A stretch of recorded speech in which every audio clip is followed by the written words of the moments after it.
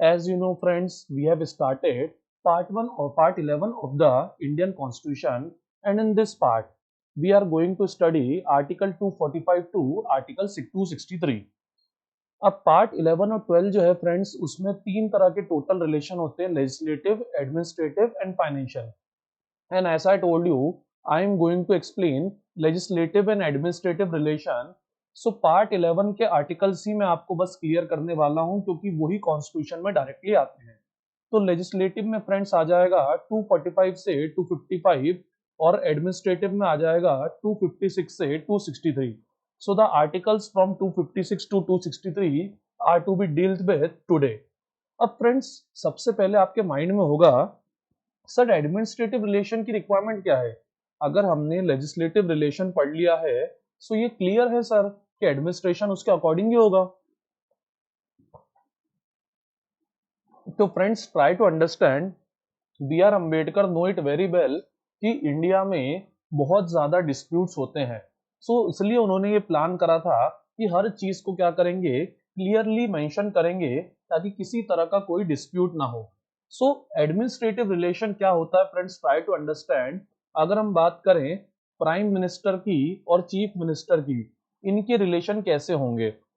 मतलब कि जो नेशनल लेवल पे गवर्नमेंट है और जो स्टेट लेवल पे गवर्नमेंट है, उनकी रिलेशन कैसे होंगे? Yesterday we talked about the relation between parliament and Vidhan Sabha, and today we are going to talk about the government relation that is of national and state. अब इसको समझने के लिए फ्रेंड्स, सबसे पहले आपको समझना होगा हमारा कॉन्स्टिट्यूशन जो है क्या कहना चाहता है. हमारा कॉन्स्टिट्यूशन एक स्टेटमेंट पर वर्क करता है: एग्जीक्यूटिव इज अ को एक्सटेंसिव ऑफ लेजिस्लेचर. मतलब कि फ्रेंड्स, ये कहता है कि जो क्या कहते हैं एडमिनिस्ट्रेटिव रिलेशन है, वो लेजिस्लेटिव रिलेशन के ही अकॉर्डिंग होगी. मतलब कि जिन सब्जेक्ट्स पे सेंट्रल गवर्नमेंट को लॉ बनाने का पावर है, उन सब्जेक्ट्स पर सेंट्रल गवर्नमेंट ही क्या करेगी, एडमिनिस्ट्रेशन करेगी. जिन सब्जेक्ट्स पे स्टेट गवर्नमेंट को लॉ बनाने का पावर है, उनका एडमिनिस्ट्रेशन जो है स्टेट जो है वही करेगी. और जिन सब्जेक्ट्स पे दोनों का पावर है, उन सब्जेक्ट्स का एडमिनिस्ट्रेशन जो है दोनों की दोनों करेंगे. For example, as we know, education में नेशनल एजुकेशन पॉलिसी पर जो पार्लियामेंट लॉ लाई है, उसमें उन्होंने बोला है कि प्राइमरी स्टेज में 5th क्लास तक की एजुकेशन मदर टंग में दी जाएगी. बट ये उन्होंने क्या बोला, ये कंपलसरी नहीं रखा है, ये पावर स्टेट्स को दी गई है कि वो डिसाइड करे कि कैसे क्या होगा. तो पार्लियामेंट और विधानसभा जो डिसीजन लेगी, उसी के अकॉर्डिंग क्या होगा फ्रेंड्स, जो एडमिनिस्ट्रेशन है, जो गवर्नमेंट है, जो गवर्नमेंट ऑफिशियल्स हैं, जो आप लोग बनने वाले हैं, वो सब जो है वर्क करेंगे. जिस सब्जेक्ट पर जिसको लॉ बनाने की पावर है, उसका एडमिनिस्ट्रेशन वही करेगा. और ये एक ही स्टेटमेंट से एक लाइन में क्लियर हो जाता है: एग्जीक्यूटिव इज अ को extensive of legislature. And this is very very important, because books में कई जगह ये नहीं लिखा रहता है. एंड यही लाइन जो है, ये आपको मेंस में मार्क्स गेन कराने का काम करेगी. अब फ्रेंड्स, अब इसको और डेप्थ में हम समझते हैं कि क्या होता है. अब फ्रेंड्स समझेंगा, as we have studied yesterday, कि हम जो है इंडिया में दो तरह के फीचर प्रैक्टिस करते हैं. One is federalism and second is unitary. Federalism मतलब क्या होना चाहिए, डिवीजन ऑफ पावर होना चाहिए. तो as we have studied yesterday कि 3 लिस्ट बनाकर क्या करा गया है, डिवीजन ऑफ पावर इंश्योर करा गया है. But on the same hand क्या करा जाता है फ्रेंड्स, हमारे यहाँ रिक्वायर्ड कंडीशंस में सेंट्रलाइजेशन ऑफ पावर भी करा जाता है. उसी तरह से एडमिनिस्ट्रेटिव रिलेशन में भी वैसा ही वर्क होगा. कुछ चीजें डिवीजन ऑफ पावर पे होंगी और कुछ चीजें सेंट्रलाइजेशन ऑफ पावर पे होंगी. ट्राई टू रिमेम्बर, 249 से हमने कल जो आर्टिकल 253 तक स्टडी किया, उसमें क्या था, सेंट्रलाइजेशन ऑफ पावर था. और जो आर्टिकल 246 था, उसमें क्या था, 3 लिस्ट में डिस्ट्रीब्यूट करके डिस्ट्रीब्यूशन ऑफ पावर था. अब इसमें हम आते हैं सबसे पहले फ्रेंड्स आर्टिकल 256 पे. अब आर्टिकल 256 मैं आपको एक बार रीड आउट करके बताता हूं और फिर पूछता हूं कि आपको क्या समझ आया. The executive power of every state shall be exercised as to ensure compliance with the laws made by the parliament, and any existing law which apply in that state, and the executive power of the union shall extend to the giving of such directions to a state as may appear to the government of India to be necessary for that purpose. Blank हो गए आप लोग। So friends try to understand, बहुत easy चीज है पर बहुत ही complicated वे में दी गई है, इसलिए आपको टफ लग रहा है। सो इसको मैं एक बहुत इजी तरीके से आपको एक्सप्लेन आउट करता हूँ। Friends tell me, suppose Jammu Kashmir जो है वहां पर टेररिस्ट सिचुएशन है, दंगों वाली स्थिति है। अब ऐसी सिचुएशन अब तो नहीं है क्योंकि हम सब जानते हैं वो एक यूनियन टेरिटरी बन गया है, बट जब महबूबा मुफ्ती जी की गवर्नमेंट थी, सपोज उस समय ऐसा था, तो मुझे बताइए फ्रेंड्स सेंटर क्या कहेगा? डेफिनेटली सेंटर ये कहेगा कि आप अपने यहाँ की जो टेररिज्म की प्रॉब्लम है वो क्या करें, सॉल्व करें, जो भी टेररिस्ट एक्टिविटीज कर रहे हैं उन्हें उठाकर सीधा जेल में डालें। अब लेकिन एक सवाल है फ्रेंड्स, हम मानते हैं हमारा डिवीजन ऑफ पावर है, पर पुलिस तो जैसे कि जम्मू एंड कश्मीर के ही अंडर में है।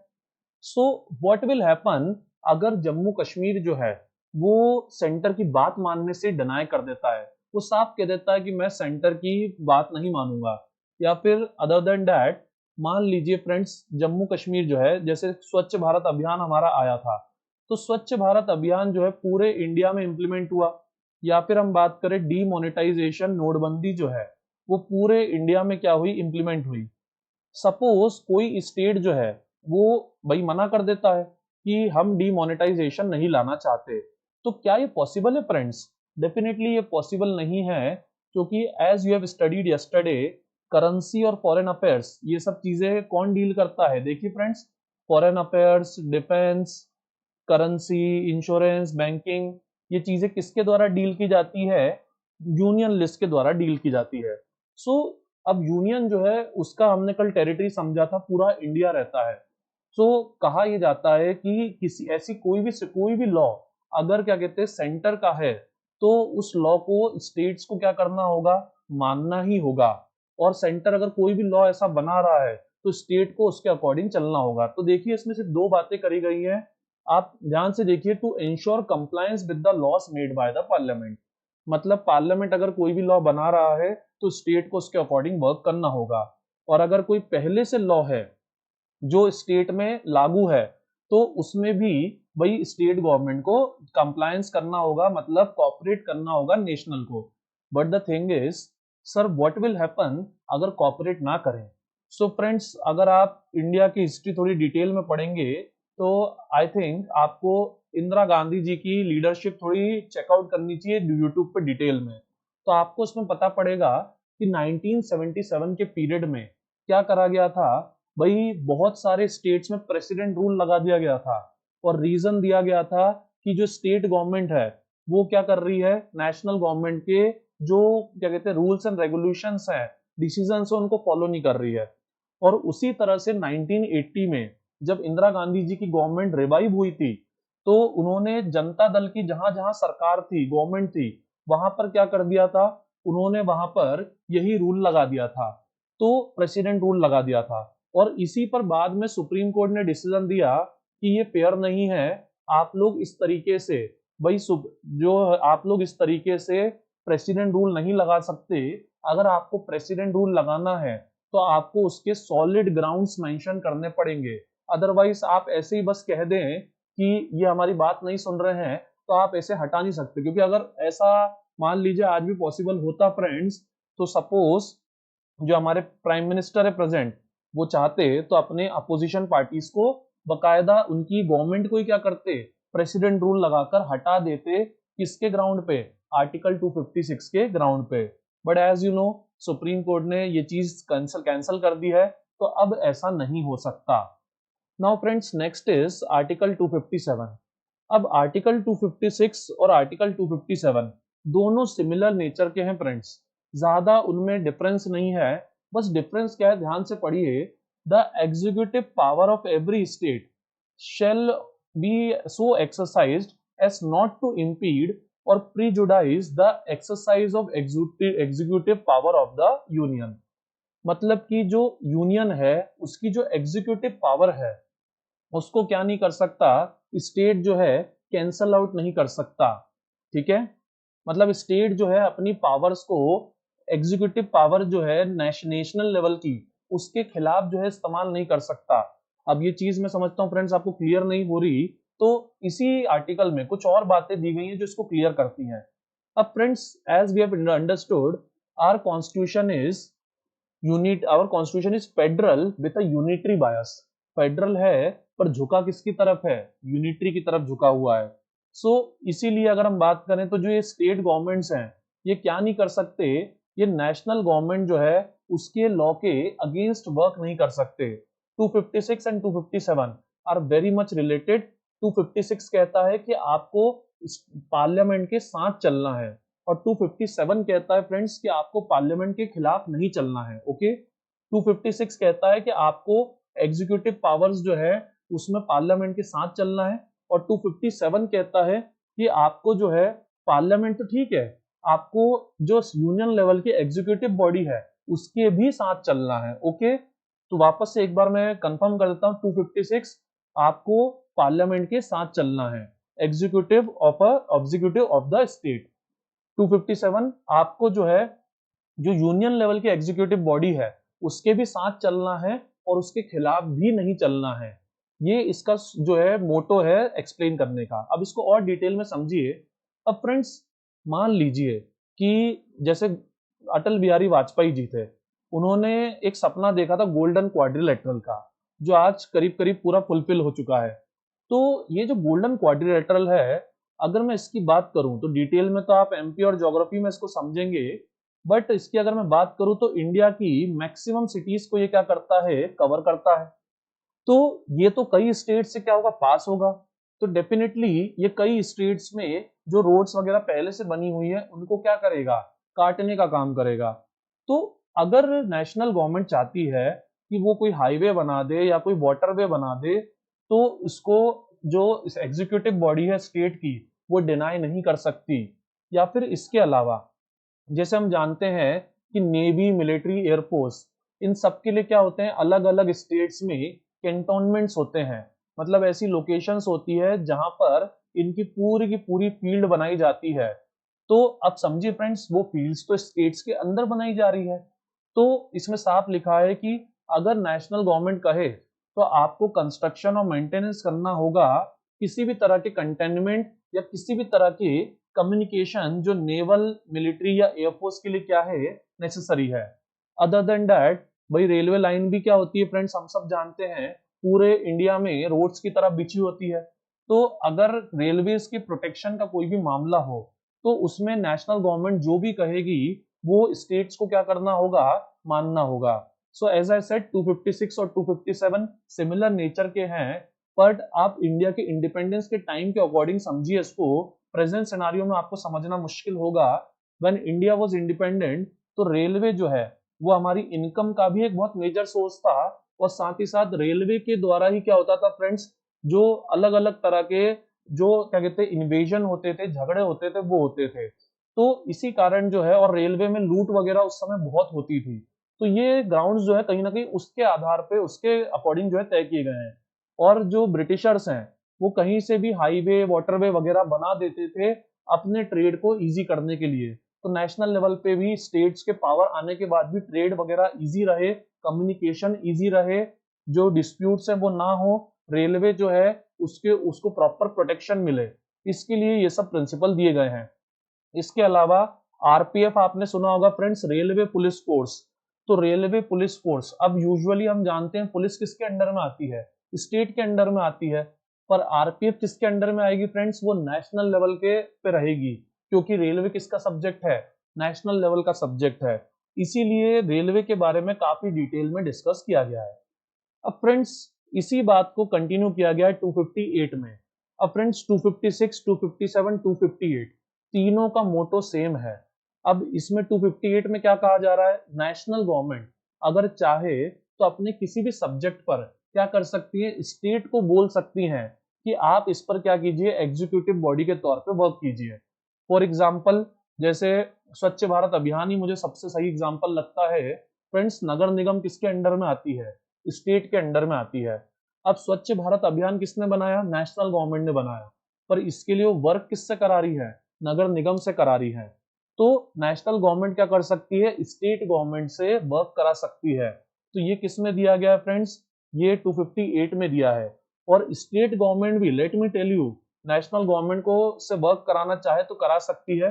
ये आर्टिकल बहुत डिटेल है, तो आई विल रिकमेंड कि मैंने जो गूगल प्ले स्टोर से आपको बैरक डाउनलोड करने का बोली है, उस बैरक में आप इसको पढ़ें। इसमें और भी चीजें हैं जो मैंने यहाँ पर मेंशन नहीं करी हैं, but the thing is try to understand. Union अपने सब्जेक्ट पर स्टेट से वर्क करा सकता है, स्टेट्स अपने सब्जेक्ट पर यूनियन से वर्क करा सकती है। यही आर्टिकल 258 का क्या है फ्रेंड्स, मोटो है, जो आपको क्लियर होना चाहिए।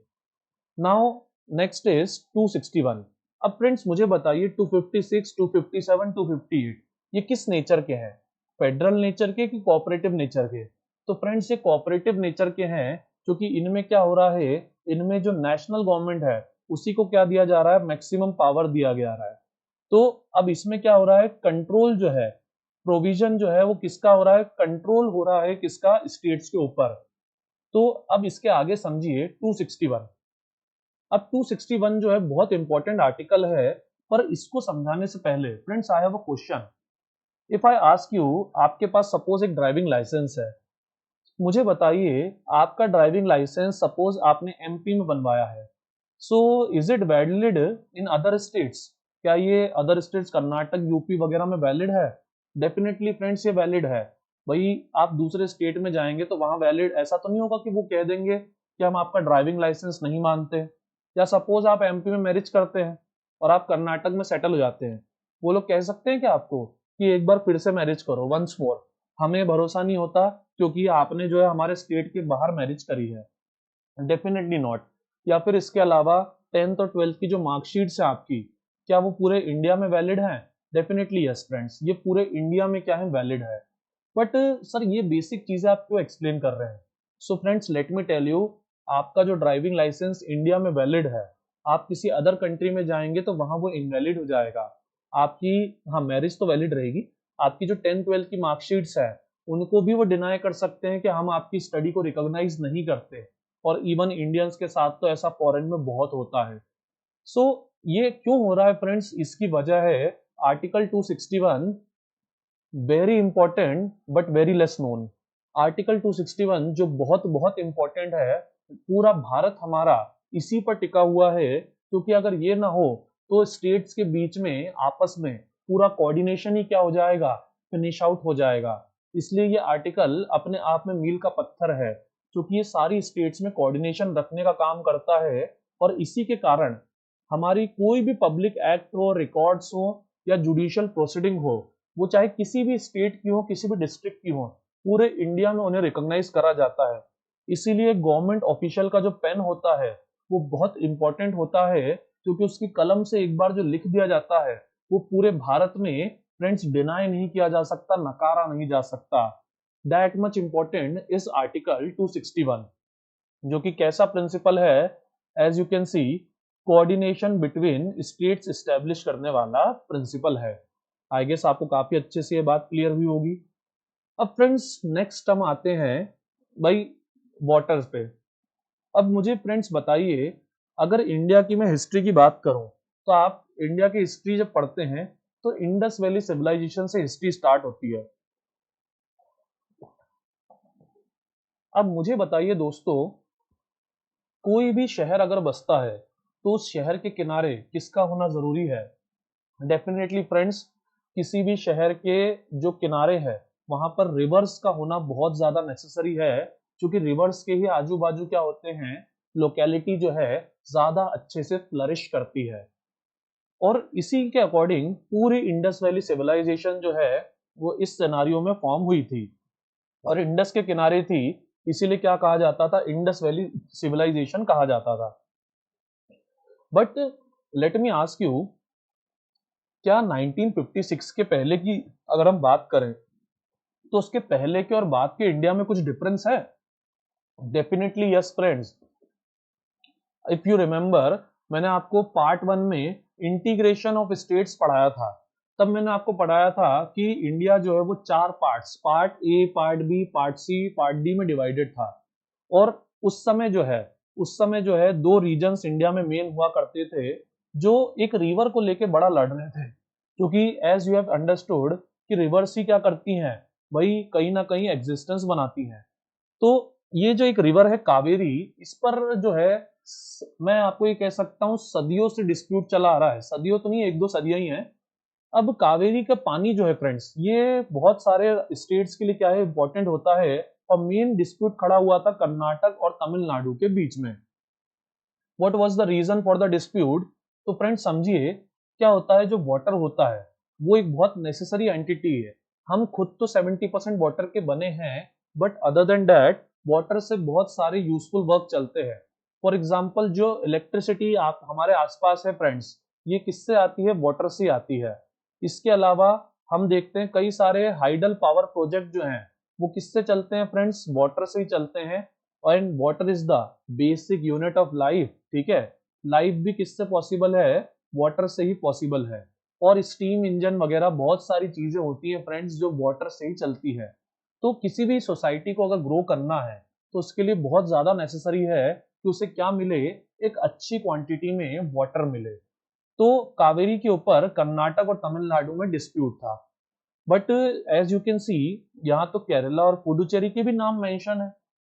तो इनके नाम फ्रेंड्स इसलिए मेंशन है कि 1956 के बाद जब इंडिया जो है स्टेट्स में डिवाइड हो गया, तो केरला और पुडुचेरी ने भी क्या करा? डिमांड करना शुरू करा कि जो कावेरी है उसकी ट्रिब्यूटरीज हम तक आती हैं, तो हमारा भी क्या है, कावेरी के वाटर पे राइट है।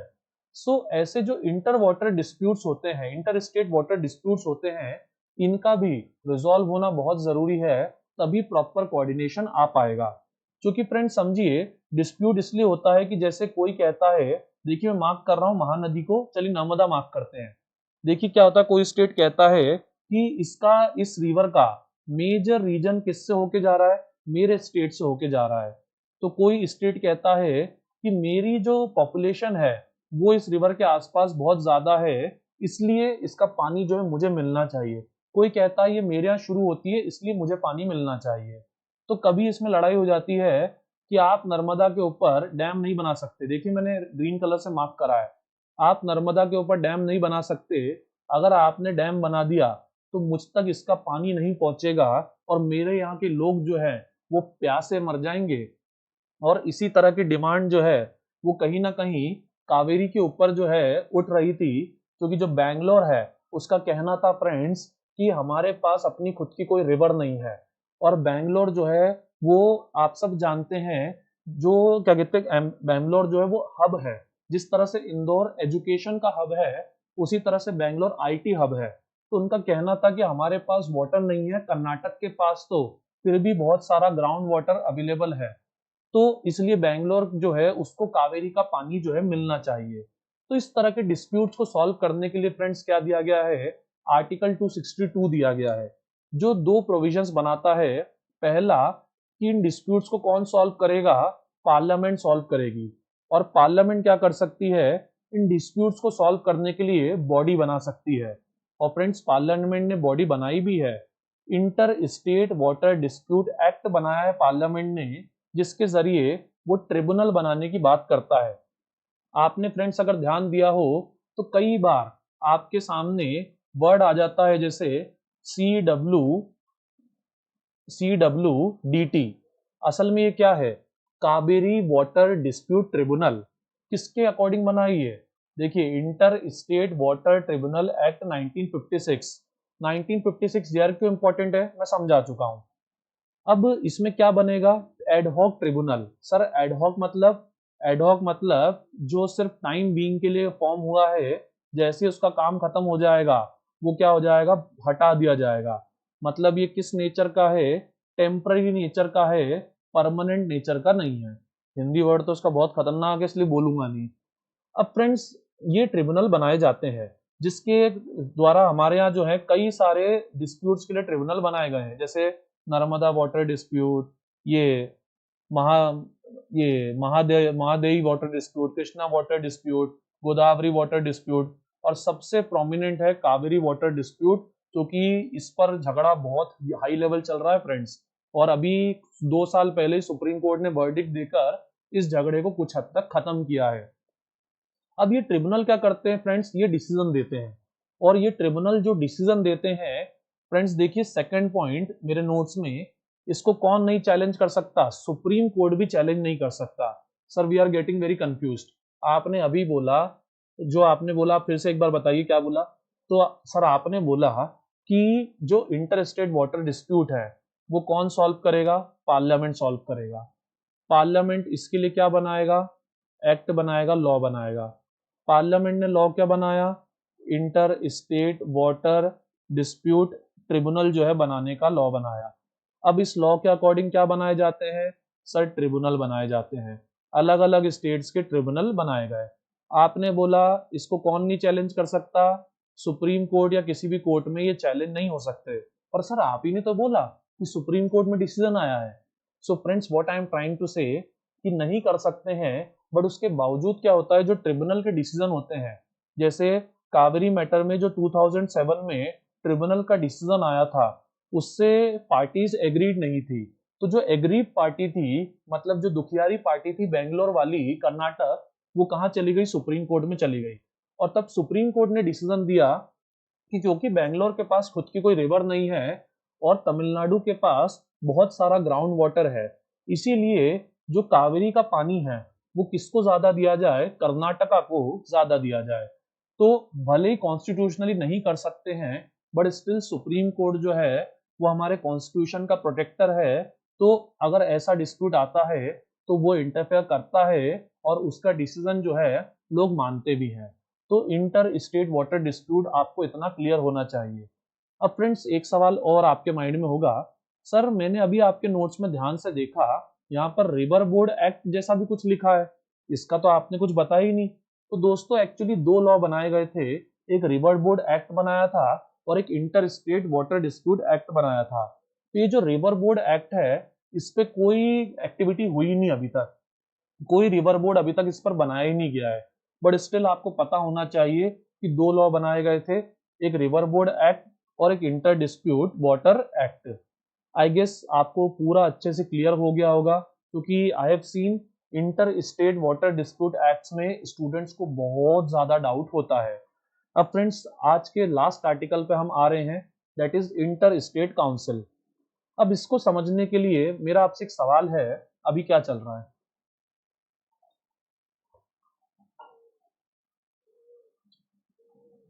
Definitely you all will say sir corona चल रहा है और तो कुछ चल नहीं पा रहा फिलहाल।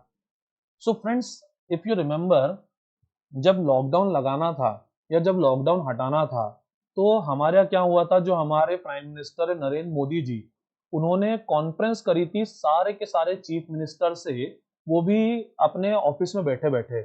आप देख सकते हैं सारे स्टेट्स के चीफ मिनिस्टर इस स्लाइड में लाइव बात कर रहे हैं, किससे? प्राइम मिनिस्टर से। अब ऐसा क्यों हो रहा है फ्रेंड्स? क्योंकि एक नेशनल लेवल का जो इशू है कोरोना, उसको डील करना था और उस पर डिस्कस करना था कि क्या करें और क्या ना करें, भाई क्या चीज करी जानी चाहिए, क्या चीज नहीं करी जानी चाहिए, what to be done and what not to be done. So इस तरह की बातों के लिए भी हमारे यहाँ फ्रेंड्स एक प्रोविजन है, that is inter state council. As I told you, कुछ फेडरल प्रोविजन इंश्योर करते हैं और कुछ कॉपरेशन इंश्योर करते हैं। तो ये इंटर स्टेट काउंसिल भी क्या इंश्योर कर रहा है? कॉपरेशन इंश्योर कर रहा है। मतलब जो भी ऐसे इश्यूज होंगे जो नेशनल लेवल के होंगे, या फिर क्या कहते हैं, जो बहुत क्या कहते हैं इंपॉर्टेंट होंगे, कि सारी स्टेट्स मिलकर क्या करें उस पर डिस्कस करें। या फिर अगर मैं बात करूं कोई एक स्टेट है, जैसे केरला, केरला में हम सब जानते हैं कि जो लिटरेसी रेट है वो हाईएस्ट आता है इंडिया में। तो मुझे बताइए, क्या आप ये सब नहीं जानना चाहते कि what actually Kerala is doing, कि उनका लिटरेसी रेट इतना हाई है और गिर ही नहीं रहा है, 100% के अराउंड आ रहा है। तो उसकी जो पॉलिसीज है वो डिस्कस हो पाए, इसके लिए क्या होता है फ्रेंड्स, इंटर स्टेट काउंसिल का जो है प्रोविजन डाला गया है। और इसके अलावा एक बहुत डेप्थ वर्ड है जो मैं आपको मेंस की क्लासेस में एक्सप्लेन करूंगा, दैट इज कोऑपरेटिव फेडरलिज्म। हमारा इंडिया जो है वो कोऑपरेटिव फेडरलिज्म स्टैब्लिश करने की बात करता है, जिसके तहत स्टेट्स को आपस में क्या करना होता है, कोऑर्डिनेट करना होता है। तो यही आर्टिकल 263 बोलता है कि अगर दो स्टेट्स के बीच में, अगर सारे स्टेट्स को आपस में कोई डिस्कशन करना हो किसी इंपॉर्टेंट टॉपिक पर, तो क्या बनाई जा सकती है, इंटर स्टेट काउंसिल बनाई जा सकती है। But let me tell you straight, ये प्रिंसिपल बहुत स्ट्रांगली फॉलो नहीं हो रहा है। यहाँ तक कि हमारे कॉन्स्टिट्यूशन के बनने के बाद कई सालों तक कोई इंटर स्टेट काउंसिल बनाई नहीं गई। जो हमारे यहाँ एडमिनिस्ट्रेटिव रिफॉर्म कमीशन और सरकारिया कमीशन है, इन्होंने बार बार बोला कि इंटर स्टेट काउंसिल का फॉर्मेशन होना चाहिए और इसकी रेगुलर सेटिंग भी होनी चाहिए। बट इसके बावजूद विश्वनाथ प्रताप सिंह जी ने 1990 में एक बार इंटर स्टेट काउंसिल बनाई थी, जिसमें as you can understand prime minister ही क्या हुए होंगे, चेयरमैन रहे होंगे विश्वनाथ प्रताप सिंह जी। 1990 में वो प्राइम मिनिस्टर थे, और जो सारे स्टेट्स के चीफ मिनिस्टर हैं और जो सारी यूनियन टेरिटरीज के भी चीफ मिनिस्टर और एडमिनिस्ट्रेटर हैं, वो भी क्या होंगे, वो इसके मेंबर होंगे, ताकि क्या हो पाए, नेशनल लेवल के जो मुद्दे हैं उनको इस तरीके से एक साथ बैठकर डिस्कस किया जा सके। पर हमारे यहाँ ये चीज फॉलो नहीं होती है, क्योंकि we know it very well कि हमारे यहाँ स्टेट्स में कहीं कहीं क्या है, हार्मनी नहीं है वाटर को लेकर या लैंग्वेज को लेकर, कहीं ना कहीं क्या है, डिस्प्यूट्स हैं। क्योंकि 1956 में जो इंडिया बना वो लैंग्वेज के बेसिस पर ही क्या हुआ था, फॉर्म हुआ था। सो इसी कारण क्या होता है, हमारे यहाँ दोस्तों प्रॉब्लम्स आती हैं, और ये इंटर स्टेट काउंसिल जो है वो 1990 के बाद सीरियसली अभी तक बनाई ही नहीं गई है। आई गेस आपको ये पूरा अच्छे से क्लियर हो गया होगा। So as I explain you today कि जो एडमिनिस्ट्रेटिव रिलेशन है वो 256 से 263 है। Now you still must be thinking sir 259 और 260 आप दो आर्टिकल फिर खा गए। So friends let me tell you straight, अब हम इस समय पर आ चुके हैं कि बहुत सारे आर्टिकल्स हमारे काम के नहीं है। हमें कॉन्स्टिट्यूशन में पीएचडी नहीं करना है, तो हमें लॉ नहीं करना है। तो जो आर्टिकल्स हमारे काम के नहीं है वो आर्टिकल्स में स्ट्रेट फॉरवर्ड लीव कर रहा हूँ, उनका नाम भी नहीं ले रहा हूँ। एंड स्टिल आप में से कुछ कहोगे सर बता तो दीजिए क्या है।